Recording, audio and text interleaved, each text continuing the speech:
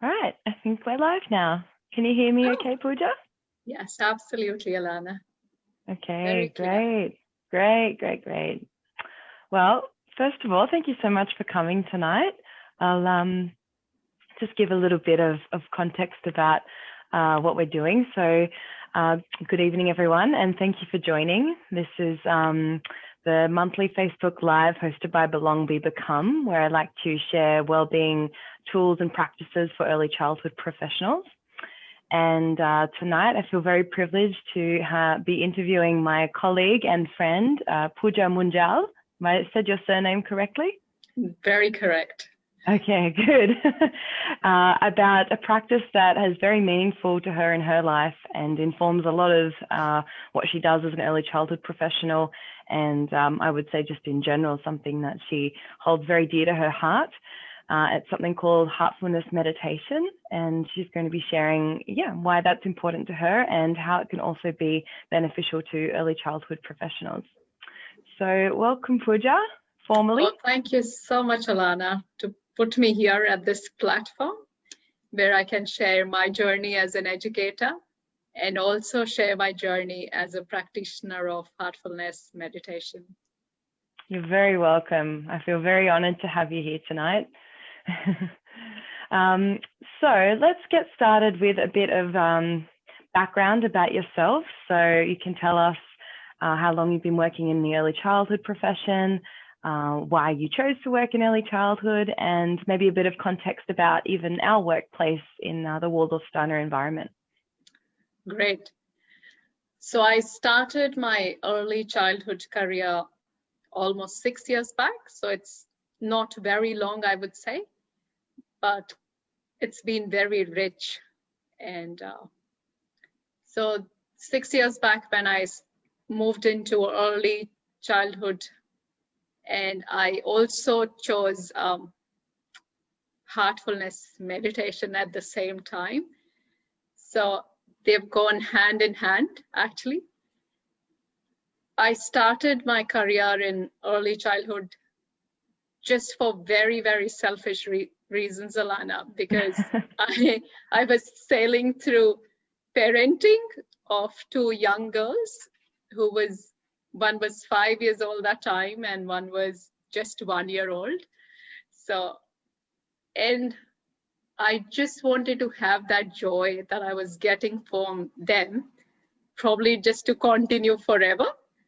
Aww, so that's beautiful. So I thought it's a beautiful profession to put my feet into, and I chose that career. And also there were so many problems and parent, their hurdles and everything. And I thought that I'll learn so much with it. And I also wanted to stay young forever, like the kind of, that love and joy which is there in children. Mm-hmm. I wanted to keep that alive in me. And I thought, wow, that's it. I've got something that I want to do. So that's how I started early childhood. And I thought about doing a diploma. So I started with diploma, and then I worked as a casual worker in many daycare centers. And I'm very fortunate for that casual work because I got a chance to work at different kind of places, like a normal stream daycares, and then Montessori's, and also Steiner. And from my friend at the same time, I got to know more about Steiner. And it just made me feel so much that how the whole process of children upbringing works, because as a parent, I had never thought about it. As a parent, I had just thought that, I want to give the best to my children, maybe in sports and music and everything. So it was such a complex thing for me. Like, you just want your children to be best at everything. And that too at such an early age. Mm-hmm. But because I was into Heartfulness Meditation and my heart started evolving. And I felt that I kind of felt that when I went to normal daycares,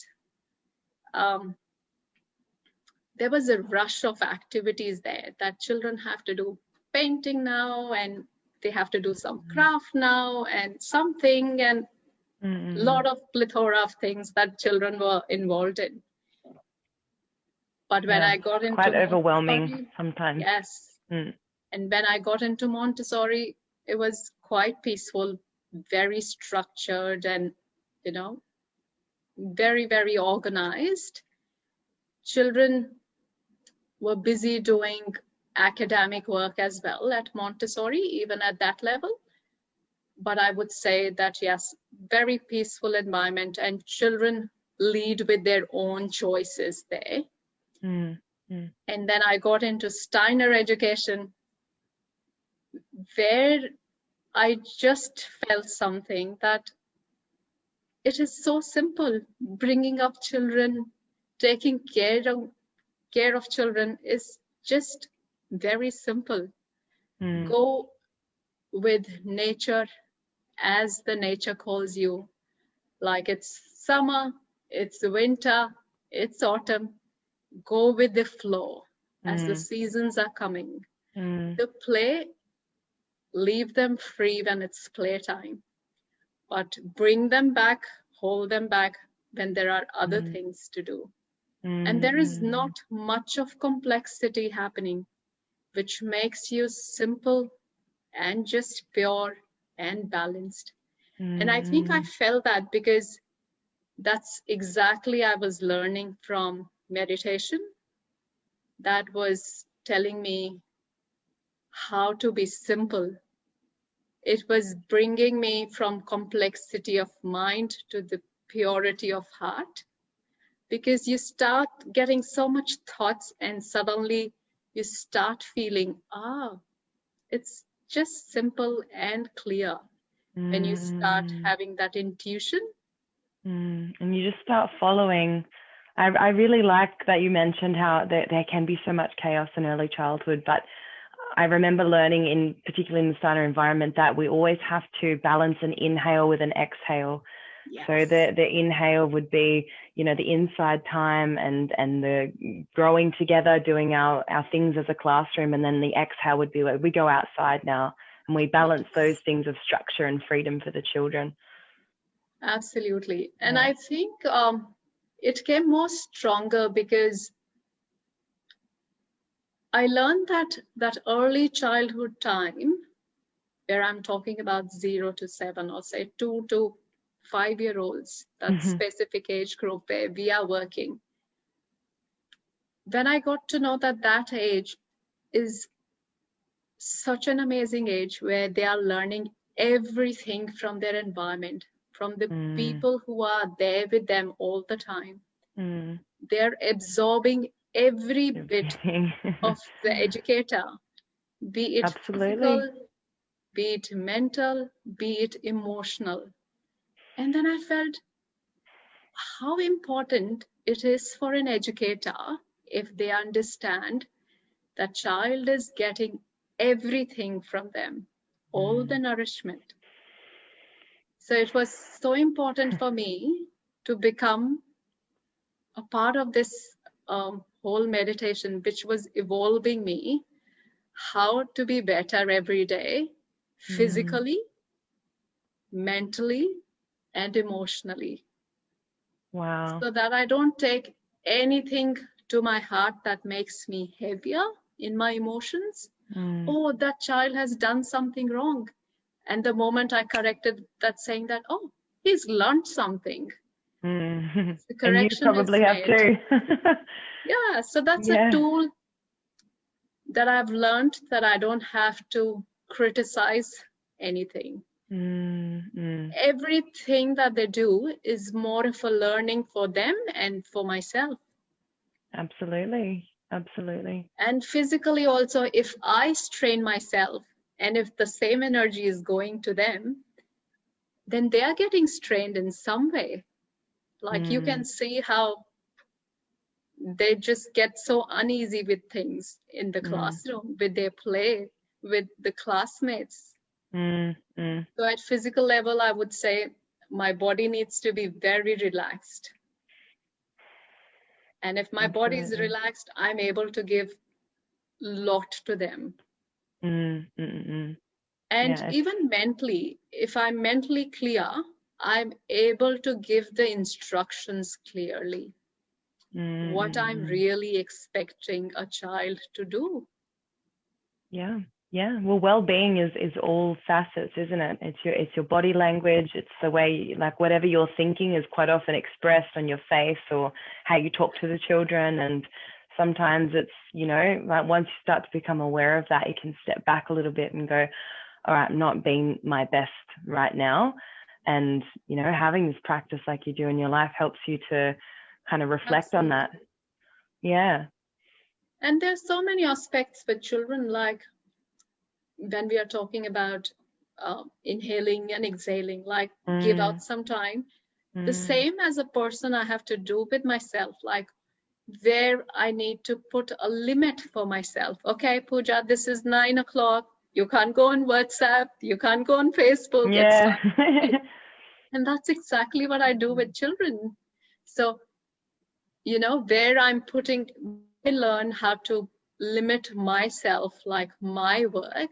And I think it's becomes much easier for me to put the same limit on someone else, because I have that firmness in me, and I can, and it's done with so much of love, because I know if I'm sleeping in time and without too much of coming from media, I'll have a good sleep and I'll be able to wake up So fresh. it sounds like you have a good connection with your body and your mind, but also you understand how to redirect your energy where it's needed. So right now I know that that's actually not going to serve me, so I'm not going to go on WhatsApp before bed. You know, like it really helps you to slow down and go, okay, where am I going to place my energy right now? Where is it needed? Where is it most effective? Absolutely, Alana. Yeah. And this meditation has helped me because it has such important components to it. First is surely meditation, and then there is a part called cleaning that we do in the evening. So in the cleaning, when we sit down, we just feel that whatever we have collected throughout the day are complexities, and you know, you kind of become judgmental about things and everything, and you just feel that everything is leaving you from your body. It's like just a visualization. So And nice. when you do that, you just feel so refreshed after that. And when you are in next day morning, you are a new person, because you are not carrying any sort of judgment for any child, no judgments for any for your colleagues even. So the perspective of looking at things is changed every day. So I look at any problem, if it comes, with a new mindset. That's great. That's something that I think is really hard for adults in particular, because, you know, we have a memory, we have bias toward things, and we have our likes and our dislikes, and we often will try to live in a way that is going to be comfortable for us. But ultimately, in the early childhood environment, we never know what's going to happen. We're in a constant state of anticipation. Okay, I need to be ready. Something might happen today, or whatever it might be. So I think it's so important that you have this like ritual of consciously letting go. Absolutely. At the end of the and day, it has helped me so much. So I don't even get that load of saying that, oh, I'm just, you know, I can do wrong. You know, I'll be wrong. I don't carry that. So it just goes away, and I come up with a fresh energy in the morning to give it to children. And that helps me to give that love impartially. You know, sometimes you kind of get partial with someone, but that just cleanses.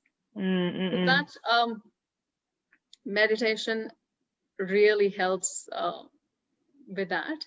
And when you do meditation in the morning, you kind of empower yourself with all the energy that's there, and you put it in your heart and say, I'll just give my best and leave it everything else. Yeah. And I think also we were just talking before about, you know, like I used to be so good at meditating. I would say I used to give myself more time to do it. And even if I had a meditation where, you know, I was thinking a lot, or I just couldn't control my mind or steady my breath, at least I actually gave myself that time and that space to do it. And I think that counts for more than the actual meditation sometimes. The time that we leave and go, this is for me, and I know that this is going to serve me well. Absolutely. And it is especially for educators, our physical, mental, and emotional well-being gets very important as soon as we realize the fact that we mentioned.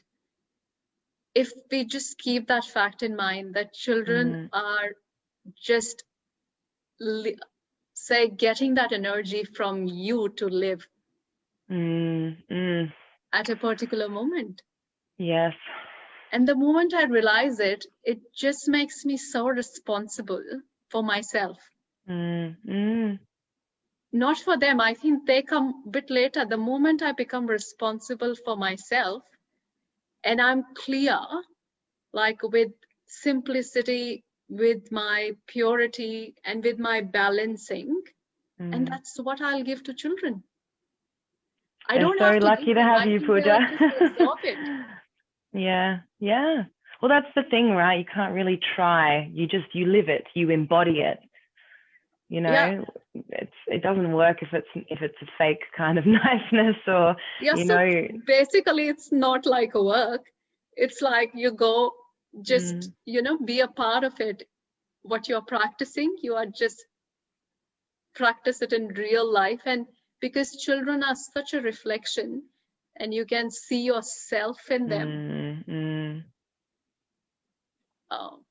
So definitely. that way it helps. And the moment you start meditating, it's like mirror on the wall. You kind of see a lot of your faults and guilts and everything. It just comes so clear to you because you are silent, and everything start coming to you. And then you say, okay, I'll pick up one thing and I'll work on it, and it will gradually improve. And in the whole process, it seems very simple, but in the whole process, you start feeling so guilty. Oh, I have so many problems, and I have so many, faults in me. How will I do it? But with every little move that you take, you keep saying that, oh, you've done it very well, and congratulate yourself, and then go ahead. And that's exactly what I'm doing with children. If they do something wrong, I pick them up and I tell them that this is the way we do it. And once they do it, we say, well done, go ahead. You know, it's the same that I have to do with myself. Yeah. So that's another question I want to ask you. Why do you think well-being is important for early childhood professionals? And why do you think it's important that they uphold it? Because we might get through obstacles, right? Or where there are these things that we're trying to battle with in our mind. And then we go, okay, I feel like I fixed that now. But why is it important to keep going on this journey and be well as an educator? See, educators' well-being becomes so important. As I mentioned, if I'm not well, if I'm not thinking clearly for my mental level, I'm not able to direct children who are just imitating at every step from me. Because at that tender age from 2 to 5, they are learning everything through imitation. And that imitation is coming from my well-being. If I'm not physically active, I'm not able to join them in their play. My body is hurting. I really can't enjoy that. I'm not able to put swings for them. I'm not able to sometimes, if I want to love them, pick them up if they need my care. Sometimes we have to do it. Yeah. So my body needs to be healthy. So everyone finds a way how and what works for their body as to keep them physically fit. Some people take up yoga, some people take up running, some people go to gym. So I think when you practice meditation, your intuition gets stronger and you kind of get that ability to know that what works for my body. So that's for keeping physically fit. Now, if I have to say that I have to stay mentally fit, when I meditate, my mind is relaxed. I'm able to learn new songs that we are teaching children. My memory is getting and we have a lot of songs in yes, the Steiner land. like in Steiner, we are learning songs. Yeah. We are changing songs every 3 weeks as per the season, as you know, with the flow, how we are going. The stories that we are narrating them, everything is, we are not reading it from anywhere. There is no media in our school. It just We are lives just in doing here and here. everything here and with here. So you are mentally, you are sharpening yourself. That's And a good then point. I think Yeah. emotionally, if I get, say, not emotionally strong, I would say, and I get easily, you know, get offended with something or get really low with something very soon, then that again reflects in children. I see the moment I get uneasy, because if the children are running around and they are creating a bit of chaos in the classroom, and if I am uneasy that time, and if I get emotionally imbalanced, how I'm gonna react? Yeah. I will probably get angry at them, but that's not the way I want to react. Well, we know that they just imitate that energy, don't they? Imitate that energy. They'll get more chaotic. And that time, I have to just stay still, keep calm, take that emotional control in myself, and then direct the children. Well, Pooja, this might be a good time to ask you now what Heartfulness Meditation is, and why you think educators should do it. So Heartfulness Meditation is a heart-based meditation where we just meditate on our heart. And it, as an educator, I would say we should do it because it just brings one educator close to oneself. It brings their intuitive abilities stronger, and it keeps them balanced in every way of life. And if they're balanced, they're going to give the same to children outside, wherever they are, in whichever environment they are working. When you say meditate on the heart, do you mean, what do you mean by that, actually? Okay. So we just feel that, that there is light in our heart, and we are going closer to that light. It's just a visual effect that we feel that there is some sort of light glowing inside our heart, which is directing us. And we try to get absorbed in that light. It's a very slow process, and the best feature of this meditation is transmission. One has to experience this to know what it is like, because when you get transmission, it becomes very easy to meditate. So you won't really get to know how long, you know, the time effect that some people get anxious. Oh, I have to sit for 30 minutes or 40 minutes for meditation. But with the help of transmission, you wouldn't even realize that you've sat for 30 minutes or 1 hour sometimes. And could you explain what transmission is? Just for those that don't know much about meditation. So it's something which I would say it's good to experience, but there is something called, I think I've given you that example as well, that there is, for example, there is air in the room, but unless we put the fan on, we don't get that air, but there is always that air in that room. So that glow in our heart is always there. But the moment the transmission starts coming, it's like a fan turned on, and you start feeling it inside. It becomes easy to get deeper inside, and your body gets relaxed, and you can just go in and feel your journey. Wow.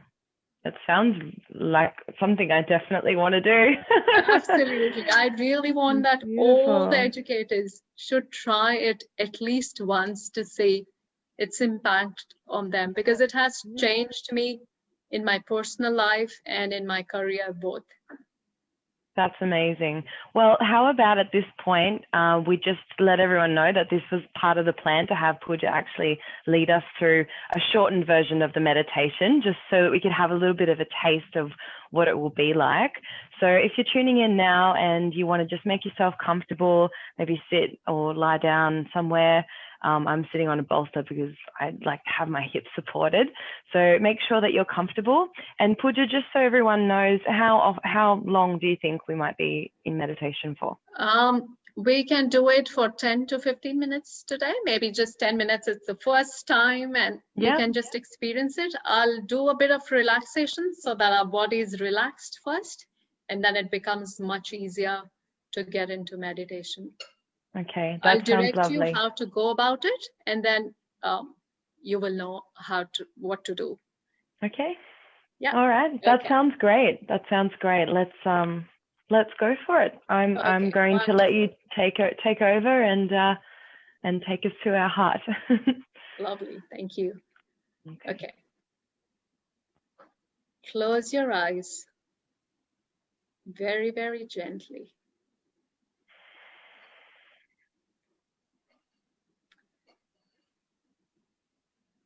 Wiggle your toes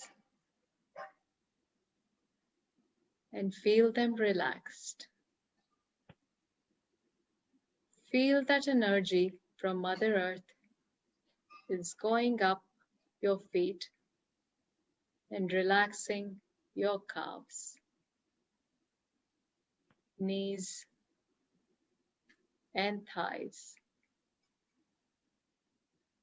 Now your whole legs feel relaxed. The energy goes up your hips, waist, and stomach, relaxing each cell, feeling relaxed. The energy goes up your chest, relaxing it completely. The same energy goes through your shoulders, relaxing them. Feel as if shoulders are just melting away.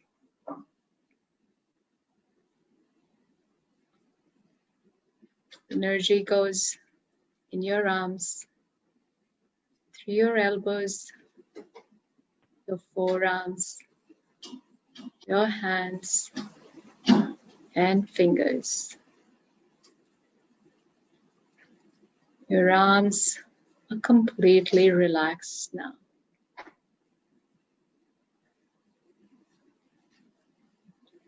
The energy goes up in your lower back, rising up to your upper back. Each cell in your back is now relaxed. Energy is passing through your neck, relaxing it. Bring your awareness towards your facial muscles. It relaxes your jaw, your cheeks, nose, your earlobes, eyes, and your head.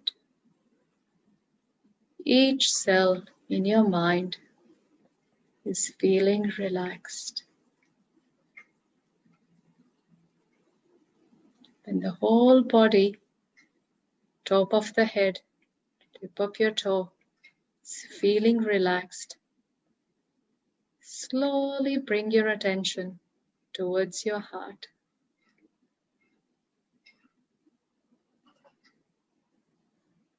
And feel that there is a light that is already present there, is pulling you inside. Feel relaxed with that light and get absorbed in yourself slowly. Just stay there for 10 minutes with your eyes closed, and I'll tell you when the meditation over, and I'll ask you to open your eyes.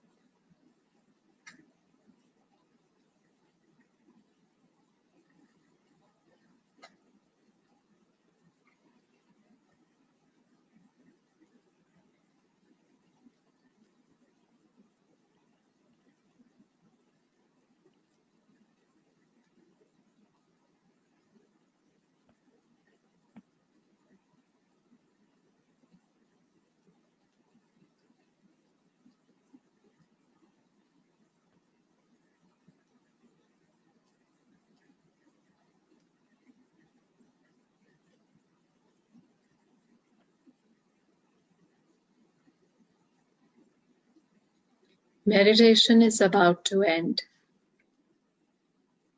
With your closed eyes, just feel how you felt mentally, physically, and emotionally during this session.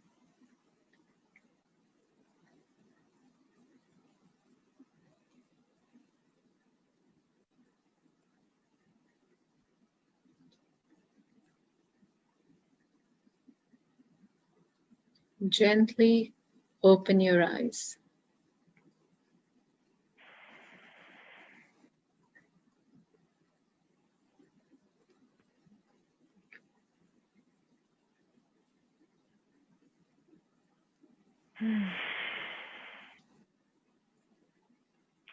That was beautiful, Pooja. Thank you, Alana. Thank you so much. I actually feel like my heart has expanded. Like this whole area just feels like free, but full. Yeah.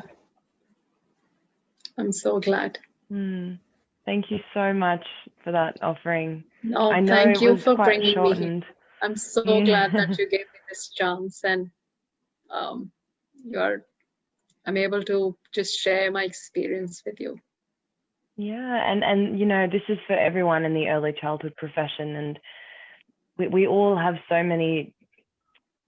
We just need ways. We need ways to find clarity. We need ways to do something for ourselves to nurture our well-being, and any tools and practices that I can offer, you know, I just think that everything is so highly valuable, and we're so lucky to have you share that, and you know, you using your time and your energy to be here, and just being Again, so I'm so lovely. privileged, and I would really like to share that you all can experience Heartfulness Meditation online, and you can find more information about it on heartfulnessinstitute.org.au. You will get to know how to relax yourself, how to meditate, and how to do evening cleaning. So everything is there online. You just need to log yourself, and this whole meditation is just free of cost. So they don't charge any penny for it. And you can even download its app, saying a Heartfulness app. Oh, wow. On your phones. And there's a special program running on these days, which is very exciting, that anyone new who wants to experience this meditation, go on to the website and register, saying that I want to have a personal trainer. So they are giving a one-to-one personal training over the weekend, Friday, Saturday, and Sunday, where you get to have a trainer and you can work with them and sit down for meditation. Oh, it's just incredible that they do all of this so selflessly.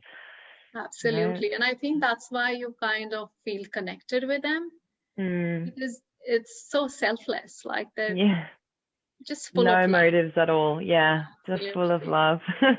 Well, I'm feeling very full of love now from that meditation. So I hope every educator feels that, and we keep enriching the young ones' lives, whom we are attached to and we are working with. And best luck to everyone, and good wishes. Thank you. Thank you. Virtual kisses and hugs. Thank you so much, Pooja. I'll put a little link in the comments as well about heartfulness.org. Heartfulnessinstitute.org.au. Okay. All right. I'll do that now for us, and everyone can thank you check so it much, out. Alana. Good luck. All right. Thank you, and Pooja. you're doing a great job for educators. I really love it. It's amazing. Like you're bringing such new ideas for educators for their well-being. It's beautiful. Thank Good you. on you. I think they all deserve it as much as each other. We need it and we deserve it, and we're lucky that we have people who can share it. Thank you. All right, Pooja, we'll have a lovely evening, and thanks again, and I'll see you at school next week. Bye-bye. All right. Bye. And thank you everyone Thanks. for watching. If you have any questions, you can put it in the comment section, and maybe we can, I know you don't use Facebook, Pooja, but I can go back and forth and answer anything that they might want to know. No, but for questions, I can always come on Facebook. Okay. Maybe this is a chance that this is a time I should come on Facebook. If time needs it, I'm there. Yeah.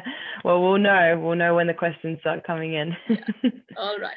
All right. Thanks again, Pooja. Have a lovely night. You too. Bye, Ilana. Bye.